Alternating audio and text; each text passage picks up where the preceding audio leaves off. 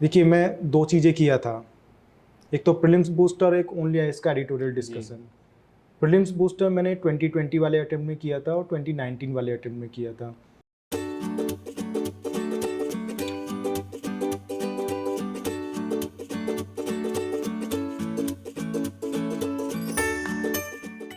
Hello, welcome to only IAS. आज हमारे साथ यक्ष चौधरी हैं जिन्होंने ऑल इंडिया रैंक 6 सिक्योर की है। सबसे पहले मैं आपको बहुत बहुत बधाई देना चाहता हूं आपके सिलेक्शन के लिए। Thank you. जो मैं सबसे पहले पूछना चाहता हूं, जैसा कि मुझे पता चला आपसे, आपने भी बताया पहले अटेम्प्ट में आपने दिया, आप फाइनल में आपका नाम नहीं आया, सेकंड में भी यही हुआ, थर्ड में जाके आपका नाम आया। तो ये जो 2 साल आपने दिया थर्ड अटेम्प्ट के पहले, उससे आपको क्या लर्निंग्स मिली?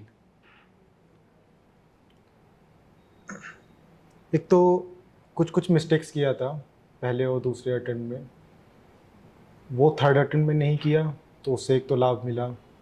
पहला था कि जैसे प्रीलिम्स में पीवाईक्यूज़ नहीं किए थे, सेकंड अटेम्प्ट में थोड़ा करने की कोशिश की थी पीवाईक्यूज़। ज़्यादा नहीं कर पाए थे, थोड़ा किया था। एक तो उसका थोड़ा बेनिफिट मिला था, और ज़्यादा करते तो और ज़्यादा मिलता बेनिफिट।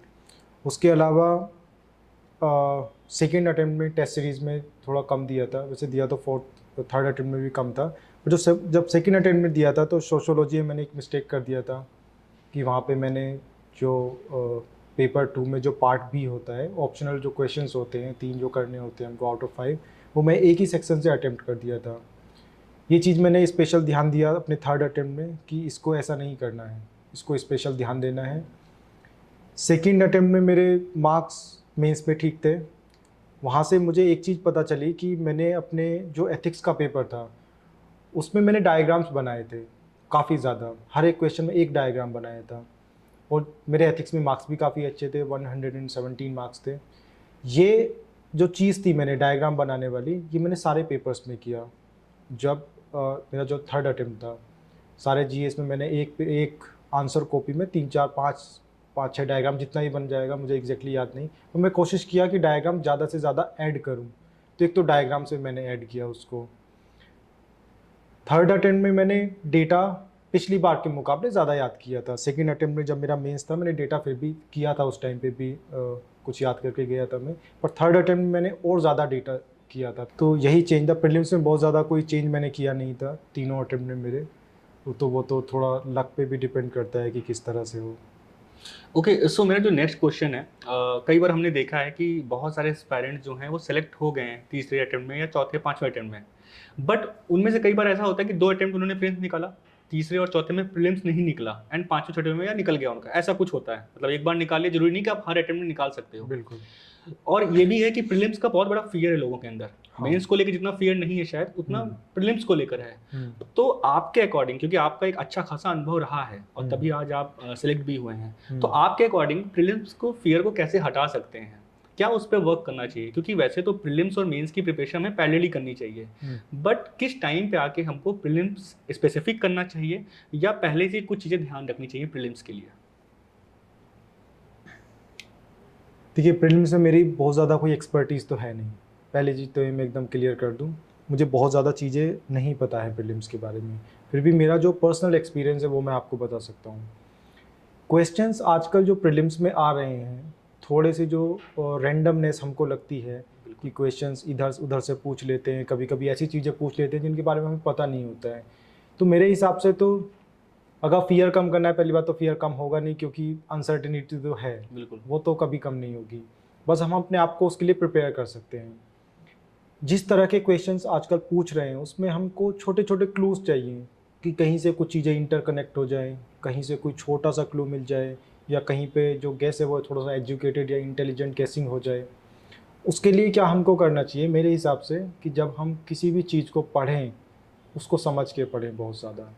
अगर हम चीज़ों को समझ के पढ़ेंगे, कि कोई भी कंसेप्ट आ जाए, कोई इंटरनेशनल ऑर्गेनाइजेशंस आ जाएं, या फिर कोई भी इंटरनेशनल रिलेशन से कोई क्वेश्चन आ जाए, किसी कोई कंसेप्ट आ जाए इकोनॉमी का, तो अगर हमको उसका पता होगा, हमको उसकी समझ होगी, तो हम वहाँ बैठ के उसको सॉल्व कर सकते हैं क्वेश्चन को। जैसे पिछली बार क्वेश्चन थे, इकोनॉमी के क्वेश्चन थे, वैसे तो काफ़ी एक्सपेक्टेड लाइंस पे थे, पर अगर किसी को ना भी पता हो, अगर समझ के पढ़ा है उसने, तो उन सब क्वेश्चंस को करने में ईजी रहेगा। और थोड़े PYQs करने चाहिए, मैंने नहीं किए थे, मैं ये एकदम क्लियर कर दूं कि PYQs करने चाहिए थोड़े। और दूसरा, हमको थोड़ा सा टेस्ट सीरीज़ लगा लेना चाहिए, जो हमारा टेम्परामेंट होना चाहिए पेपर को लगाने के लिए, जो प्रीलिम्स के पेपर के लिए चाहिए, थोड़े टेस्ट हमको लगा लेने चाहिए। मैंने थर्ड अटेम्प्ट में अपने टेस्ट नहीं लगाए थे प्रीलिम्स के, जिसका खामियाजा भी मुझे भुगतना पड़ा वहाँ पे। मैं टाइम मैनेज नहीं कर पाया था, लास्ट में मेरा शायद A सेट था जिसमें लास्ट में पॉलिटी के क्वेश्चंस थे, वो मेरे ऑलमोस्ट बहुत सारे गलत हुए क्योंकि मेरे पास टाइम नहीं था। क्योंकि वो जो प्रीलिम्स का टेम्परामेंट होता है वो मेरा जनरेट नहीं हुआ था, क्योंकि मैंने टेस्ट सीरीज़ नहीं लगाई थी प्रीलिम्स के लिए। तो कुछ टेस्ट करना बहुत ज़्यादा ज़रूरी है। ऐसा नहीं है कि हम उसको नॉलेज के तौर पे लें या किसी भी तौर पे लें, बट वो जो टेम्परामेंट जनरेट होना चाहिए प्रीलिम्स को लेके कि हमको इस तरह से पेपर सॉल्व करना है, हमको जो रीडिंग स्पीड है हमको वो बढ़ानी है, क्योंकि आजकल काफ़ी ज़्यादा लेंदी पेपर आने लगा है, तो वो ज़्यादा ज़रूरी है। तो एक तो समझ के उसको पढ़ना ज़्यादा ज़रूरी है, और दूसरा PYQs, और तीसरा टेस्ट थोड़े ज़रूर लगाने चाहिए। बेयर मिनिमम टेस्ट जितने भी हों, 10, 20, 15 जितने भी जिसको लगे वो लगाने ज़रूरी है। और पूरा फियर तो कभी नहीं जा सकता, क्योंकि काफ़ी अनसर्टेन है प्रीलिम्स। ओके, सो मेरा एक अजम्पशन है कि जैसे दो तरह के एस्पायरेंट्स हो सकते हैं। एक एस्पायरेंट जिनकी कंसिस्टेंसी कुछ टाइम में ब्रेक हो जाती है, और एक एस्पायरेंट जो है जिनकी कुछ ज़्यादा ही ब्रेक होती है। सो हमें कंसिस्टेंसी मेंटेन रखने के लिए कहते हैं लोग कि मोटिवेशन ख़त्म हो जाती है, बट मुझे लगता है मोटिवेशन ज़्यादा आपको कमिटमेंट चाहिए, क्योंकि इंटरेस्ट तो सभी का होता है। कमिटमेंट होगा तो ही आप इस प्रिपरेशन में अपने लंबे समय तक चला पाएंगे अपने आप को, और उसके लिए आपके पास वाई होना चाहिए। तो क्या आपका ऐसा कोई वाई था, या कमिटमेंट जो था वो कैसे आपने जनरेट किया, और क्यों था वो कमिटमेंट? थोड़ा इसको एक्सप्लेन कर पाएं। देखिए, मेरा पूरा कमिटमेंट था कि मुझको सिविल सर्वेंट बनना है। ऐसा नहीं था कि IAS बनना है, बट कोशिश तो IAS की ही थी। और पूरा ये था कि भाई अपना लिस्ट में नाम लाना है, चाहे जो हो जाए। उसके लिए पूरी मेहनत करते रहे।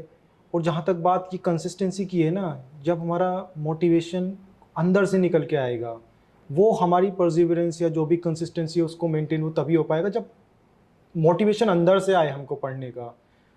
अगर मोटिवेशन अंदर से नहीं होगा ना, तो छोटे छोटे डिस्ट्रैक्शंस आपको परेशान कर देंगे। कोई छोटा सा सोशल मीडिया का पोस्ट भी आपको हो सकता है, या फिर आपका एक सीज़न या एक एपिसोड देखा TV सीरीज़ का, आप उसको पूरा देखने बैठ गए। अगर आपके अंदर से मोटिवेशन होगा ना कि हमको करना है, तो आप एक एपिसोड के बाद दूसरा नहीं देखेंगे, आप सोशल मीडिया ज़्यादा यूज़ नहीं करेंगे। बिल्कुल। बट अगर मोटिवेशन बाहर ही है कि हमको कोई आके बता दे कि यार तुमको करना है, या फिर कोई और बाहर का मोटिवेशन का सोर्स आप ढूंढे, तब उसको मेंटेन करना मुश्किल होगा। क्योंकि वो जो होता है वो एकदम ऐसे कुछ टाइम तक चलता है, पीक पे रहता है आपका आउटर मोटिवेशन, फिर धीरे धीरे वो कम हो जाता है। बट अगर आपका इंटरनल मोटिवेशन होगा तो वो लॉन्ग टाइम तक आप सस्टेनेबिलिटी के साथ पढ़ पाएंगे, और तभी आपकी कंसिस्टेंसी बन पाएगी। और उसके लिए थोड़ा सा अपनी परफॉर्मेंस को थोड़ा ट्रैक करें कि कितने घंटे आप पढ़ रहे हैं दिन भर में। उसको ओवर द टाइम कोई कैलेंडर लगा लें, उसमें देखें कि कितने घंटे पढ़ रहे हैं। छोटी छोटी चीज़ें कर सकते हैं, जैसे कि एक कैलेंडर लगा लिया, जिस दिन अच्छा पढ़े उसमें ग्रीन कलर से टिक कर दिया, जिस दिन ख़राब पढ़े उसमें रेड कलर से कट कर दिया। इस तरह से कर सकते हैं। मैंने तो नहीं किया था, पर मुझे पता है ऐसा भी करते हैं लोग। तो इंटरनल मोटिवेशन ज़रूरी है कंसिस्टेंसी बनाए रखने के लिए। ओके, सो जैसे कि अगर हम बात करें प्रीलिम्स की और मेंस की, दोनों की जो अप्रोच है वो कहीं ना कहीं हमें सेम रखनी होती है, क्योंकि पैरेलली पढ़ना होता है। बट अगर स्पेसिफिकली मेंस की बात करें तो उसके लिए क्या एक टाइम पे आके सिर्फ मेंस पे फोकस करते हैं, और ऐसे और एथिक्स जो हमारा है जिसको लो हैंगिंग फ्रूट्स भी माना जाता है और कई लोग इसको सीरियसली लेते भी नहीं हैं, तो क्या इसको शुरुआती दौर से शुरू करते थे आप, कि लास्ट में आके ही आपने शुरू किया? देखिए, एथिक्स में एकदम लास्ट में किया था। लास्ट टाइम में जब मेरा मेंस होने वाला था, शायद 6-7 तारीख को जनवरी को, इतना मेंस था, मुझे एग्जैक्ट डेट याद नहीं है। तो मैंने उससे 10 दिन पहले पढ़ना लगभग शुरू किया था, और 4-5-6 दिन में लगभग उसको एथिक्स को पढ़ा था। मेरे नंबर ठीक ठाक आए थे, क्योंकि एथिक्स का जो नेचर है पेपर का वो थोड़ा अलग है। तो ये आप लास्ट अटेम्प्ट का बता रहे हैं? 2020 का। 2021 में भी मैंने सेम ही किया था एथिक्स का, बट वो 4-5 दिन में मैंने कर लिया था। और जैसे डायग्राम्स मैंने सीखे थे उसमें, और जैसे मुदित जैन सर की किताब आती है, उससे मैंने डायग्राम सीखे थे।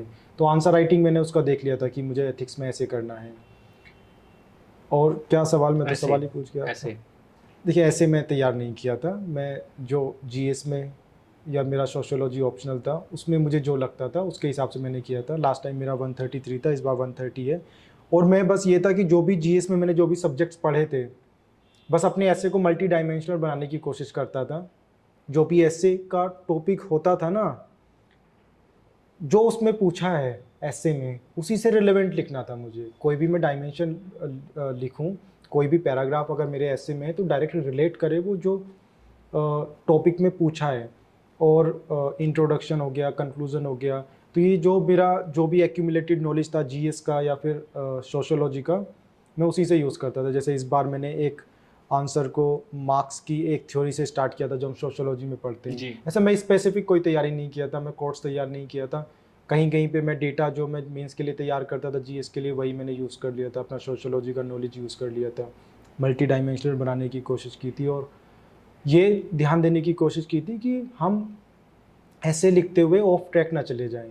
जो पूछा है बस उसी का हमको लिखना है, उसमें हमारा कोई भी पैराग्राफ, कोई भी लाइन डायरेक्टली रिलेट करे जो टॉपिक है हमारा, जो पूछा गया है।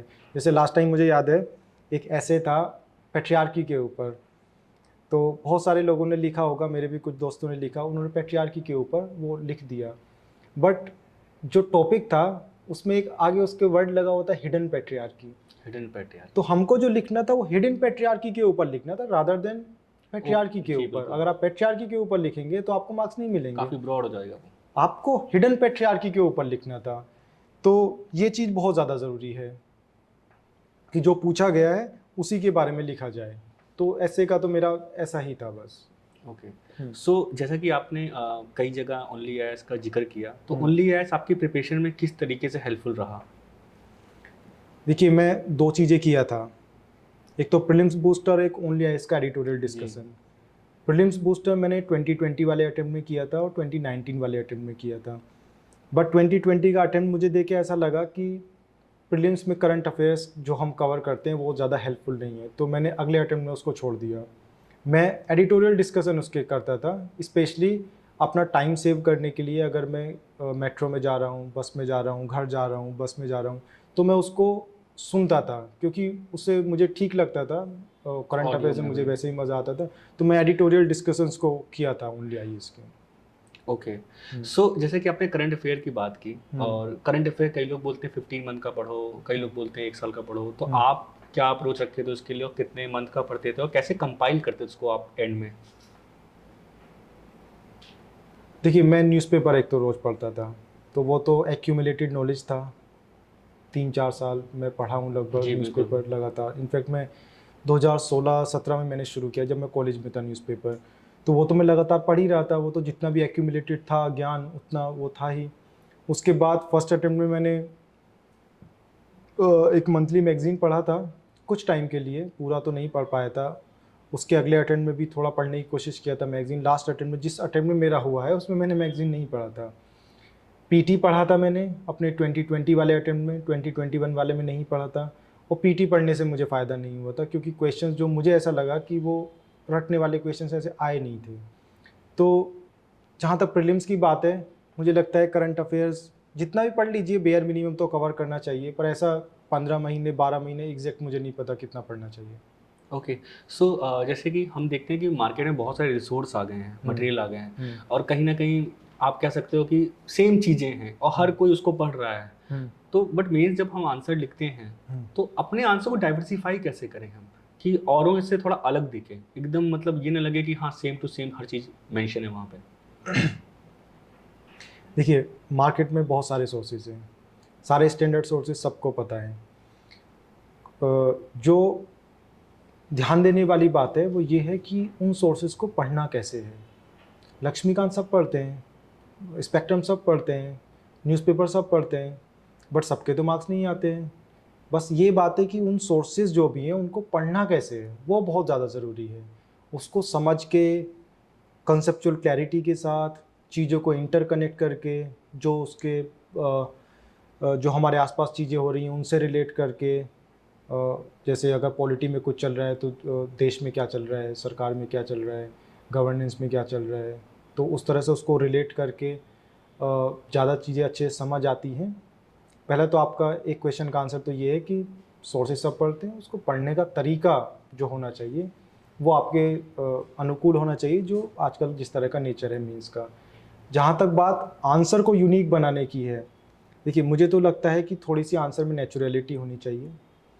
कुछ कुछ चीज़ें जो हमको ध्यान देने की ज़रूरत है, जैसे कि थोड़े डायग्राम्स बना दिए जाएं, डेटा लिख दिया जाए सब्सटेंशिएट करने के लिए, पॉइंट्स में लिखा जाए कुछ क्वेश्चंस को, कुछ आंसर्स को हमको पैराग्राफ में लिख दें, कुछ के इंट्रोडक्शन में डेफिनेशन लिख दें, कुछ के इंट्रोडक्शन में हम डेटा डाल दें, रिपोर्ट्स डाल दें, कुछ का वे फॉरवर्ड दे दें, कुछ में गवर्नमेंट स्कीम्स दे दें, किसी में कंक्लूजन किसी एक तरीके का लिख दें, किसी में दूसरे तरीके का लिख दें।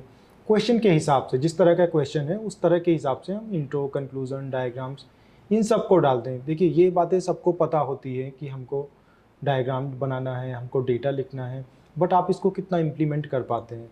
अब ऐसा कोई रामबाण तो है नहीं मेंस के लिए कि ये सब चीज़ें हम कर लें, ये हमारे पास ब्रह्मास्त्र आ गया और हमारा निकल जाएगा। स्टैंडर्ड चीज़ें सबको पता है, पॉइंट ये है कि आप कितना इम्प्लीमेंट कर पाते हैं उसको जब आप पेपर लिख रहे हैं।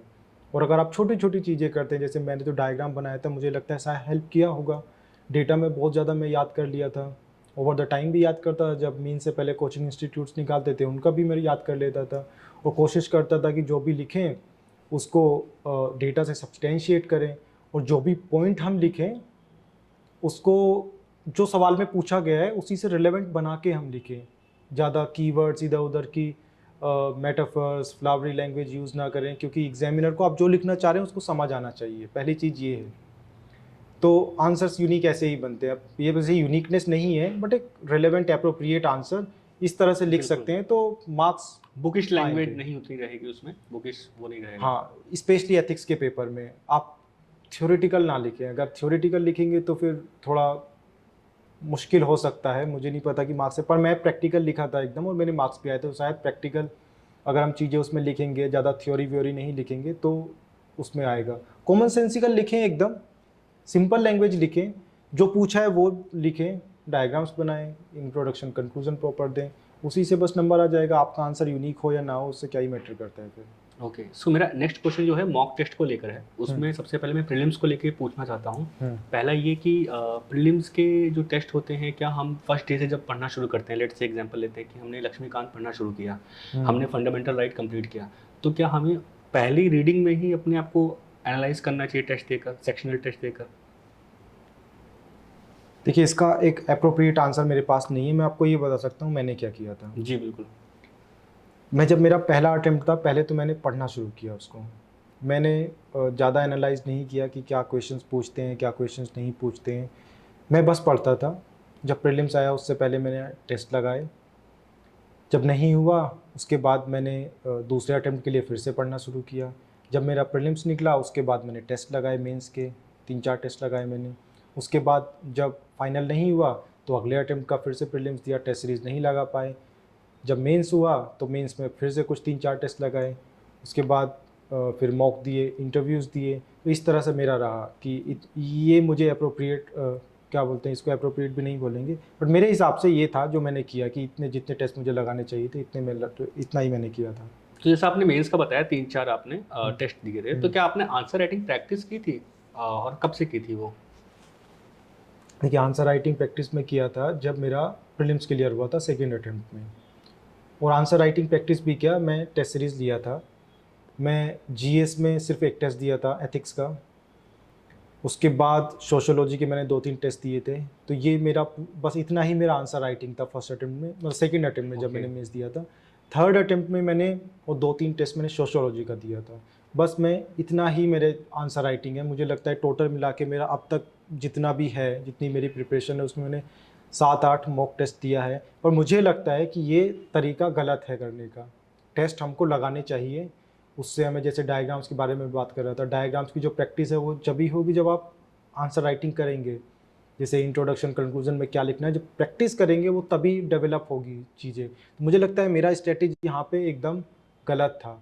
मुझे ज़्यादा से ज़्यादा टेस्ट लगाने चाहिए थे और मुझे लगता है लोगों को भी लगाने चाहिए। मेरा तो शायद हो सकता है कि शायद आंसर राइटिंग का स्किल हो सबके पास, शायद ना हो वो, बट टेस्ट पेपर्स लगाने चाहिए मेंस के लिए स्पेशली। ओके। सो आप कोई मैसेज देना चाहेंगे कि जो 2023 के लिए प्रिपरेशन करने जा रहे हैं, सफिशिएंट टाइम भी है उनके पास, हालांकि आपने बताया कि आपने कोई ऐसा बहुत स्ट्रैटेजी वगैरह नहीं बनाई थी, बट देन ऑल्सो आप कुछ सजेस्ट करना चाहें अपने एक्सपीरियंस के अकॉर्डिंगली कि अभी इतने दिन बचे हैं, किस तरह से अप्रोच करें वो? देखिए, सबसे पहली चीज़ तो जैसे मैं पहले भी बात कर रहा था ना कि जो स्टैंडर्ड सोर्सेज है उनको पढ़ना कैसे चाहिए। देखिए, आपको समझ के पढ़ना है। अगर आप समझ के पढ़ेंगे सब कुछ, थोड़ा सा डेप्थ में पढ़ेंगे चीज़ों को, एकदम कंसेप्चुअल क्लैरिटी के साथ पढ़ेंगे, पहली चीज़ तो लंबे समय तक रिटेन रहती है। दूसरी चीज़, आप उसको कहीं भी इस्तेमाल कर सकते हैं। आपको अगर मेंस आंसर राइटिंग में आप कोई भी आंसर लिख रहे हैं, आपको कुछ चीज़ें समझ आई हुई हैं, तो आप उसको बहुत अच्छे से लिख सकते हैं। तो मेरे हिसाब से जो भी 2023 के लिए पढ़ रहे हैं, उनका सबसे पहला फोकस होना चाहिए कि हम जो भी पढ़ रहे हैं उसको बहुत अच्छे से समझ के, इनग्रेन करके उसको पढ़ें। क्योंकि जो चीज़ें समझ नहीं आती है ना, आपको लगेगा कि आपने समझ लिया है और आपको वो समझ नहीं आई तो 2 दिन बाद आप भूल जाएंगे। अगर आपने चीज़ों को समझा है, लंबे समय तक आपके याद रहेगी। आपके फर्दर अटेम्प्ट्स में भी 2023 के बाद भी अगर देते हैं, उसमें भी वो चीज़ें याद रहेंगी। पहली चीज़ तो ये है कि आपको समझ के पढ़ना है। दूसरा, मैं ये बोलना चाहूँगा कि आंसर राइटिंग बहुत जल्दबाजी ना करें आंसर राइटिंग में। जब आपका सारा कुछ कवर हो जाए अच्छे से, सारे सब्जेक्ट्स आपने कर लिए, रिवाइज कर लिया उसको, चीज़ें आपको समझ आ गई सारी अच्छे से, जो फैक्ट हैं वो याद हो गए आपको, आपका ऑप्शनल तैयार हो गया, एथिक्स तैयार हो गया, आंसर राइटिंग उसके बाद करें। क्योंकि किसी भी आंसर में हम बहुत सारी डायमेंशंस डालते हैं। हम एथिक्स का भी डायमेंशंस, कोई भी डायमेंशन है, सोसाइटी का है, पॉलिटी का है, डिजास्टर मैनेजमेंट है, हम उसमें सारी डायमेंशंस उसमें कवर करते हैं। इनफैक्ट हम जो सोशियोलॉजी का है उसको भी, जैसे मेरा ऑप्शन सोशियोलॉजी था तो उसको भी हम जीएस में यूज़ कर लेते थे। तो जब सारा कुछ एक बार कवर हो जाए आपका अच्छे से, तब आंसर राइटिंग शुरू करें। ये जो तरीका होता है कि हमने एक सब्जेक्ट पढ़ा, उस पे आंसर लिख दिया, उस पे आंसर लिखना चालू कर दिया, या फिर किसी एक टॉपिक पे एक एडिटोरियल आया, उस पर डेली आंसर शुरू कर दिया। आप ये सब आप करें, डेली आंसर राइटिंग अगर आपको करना है वो करें, जो भी आपको करना है A to Z answer writing में वो करें, बट उसको तभी करें जब आपको पूरा सब कुछ समझ आ गया है, सारे सब्जेक्ट्स आपके तैयार हो गए हैं, उसको करें। आंसर राइटिंग से इतना डरे ना, वो धीरे धीरे अपने आप आ जाती है चीज़ें। शुरू से ऐसा लोड ना लें कि हमको आंसर राइटिंग करना है, आंसर राइटिंग करना है, आंसर राइटिंग करना है। चीज़ों को थोड़ा फ्लो में चलने दें, अच्छे से समझें, उसके बाद आंसर राइटिंग शुरू करें। और मैंने नहीं किया था ये चीज़ जो मैं बोलने जा रहा हूँ, पर शायद मैं गलती किया, इसलिए मैं इस चीज़ को मेंशन करना चाहूँगा कि PYQs बहुत इंपॉर्टेंट रहते हैं, प्रीलिम्स में भी, मेंस में भी, और इंटरव्यू में तो ट्रांसक्रिप्ट हेल्पफुल रहती हैं। PYQs को अच्छे से एनालाइज करें, जो भी उसमें थीम्स हैं, इंपॉर्टेंट चीज़ें हैं, इंपॉर्टेंट सब्जेक्ट्स हैं, उन पर ज़्यादा फोकस करें। मेंस में जैसे कुछ कुछ चीज़ें हैं जो बार बार रिपीट होती हैं, जैसे कि इंक्लूसिव ग्रोथ का होता है, उन टॉपिक्स को आप तैयार कर लें। मैंने नहीं किया था, गलती की थी। बाकी लोग जो 2023 में दे रहे हैं वो ना दोहराएं इस चीज़ को। PYQs बहुत इंपॉर्टेंट होते हैं। मेंस में भी क्वेश्चंस रिपीट तो होते ही हैं, अगर डायरेक्ट रिपीट ना हो फिर भी कंसेप्ट तो रिपीट होते ही हैं, उनके आप तैयार कर लें उनको पहले से। तो PYQs बहुत ज़रूरी हैं। उसके बाद जब प्रीलिम्स दें तो उसमें टेस्ट सीरीज़ ज़रूर लगाएं। वो जो प्रीलिम्स मोड होना चाहिए वो ज़रूर एक्टिवेट होना चाहिए, टेम्परामेंट जनरेट होना चाहिए कि हमको जो ऑब्जेक्टिव क्वेश्चंस हैं उनको करना कैसे है, वो भी बहुत ज़्यादा ज़रूरी है प्रीलिम्स के लिए। और जब प्रीलिम्स दें तो चीज़ों को इंटरकनेक्ट करें। वो तो जब आप अच्छे से समझ के पढ़ेंगे वो तो ऑटोमेटिक आपका झलकेगा ही प्रीलिम्स और मेंस में। ये है। और लास्ट में ये बोलना चाहूँगा कि मैं स्पेशली उनके लिए जिनको पर्सनैलिटी टेस्ट या इंटरव्यू से डर लगता है, कि जो चीज़ें इंटरव्यू में चाहिए, जो UPSC का नोटिफिकेशन निकलता है उसमें भी चीज़ें रहती हैं कि UPSC किन किन चीज़ों पे जज करता है वहाँ पे इंटरव्यू में, आप उसको शुरू से ही इनकलकेट करना शुरू करें। ऐसा ना सोचें कि हम मेंस हमारा निकलेगा उसके बाद हम ये चीज़ें सीखेंगे, इंटरव्यू की तैयारी हम बाद में करेंगे। जो जो चीज़ें सिंपल सी चीज़ें हैं कि सोशल ट्रेट्स होना चाहिए, कॉन्फिडेंस होना चाहिए बात करने में, ये सब चीज़ें धीरे धीरे इन पर्सनैलिटी में धीरे धीरे डेवलप होती हैं, एकदम से ओवर द मंथ या 1 या 2 महीना 3 महीना में नहीं होता है। तो इसको भी साथ लेके चलें। पॉइंट ये है लास्ट में कि इंटीग्रेटेड तैयारी करें, प्रीलिम्स हो, मेंस हो या इंटरव्यू हो। इंटरव्यू को स्पेशली बहुत ज़्यादा ज़रूरी है, वो भी मार्क्स कम आते हैं तो एकदम लिस्ट से बाहर हो जाते हैं, रैंक अच्छी नहीं आती है, उसको भी साथ में लेके चलें। लोड ज़्यादा ना लें चीज़ों का। इंटरव्यू में बहुत सिंपल सी चीज़ें उन्होंने डाल रखी हैं वहाँ पे, उन सब चीज़ों को शुरू से प्रैक्टिस करें, एटलीस्ट उनका मीनिंग तो देख लें भाई कि ये चीज़ें हम इंटरव्यू में वो जज करते हैं, एटलीस्ट उनका मतलब समझ लें।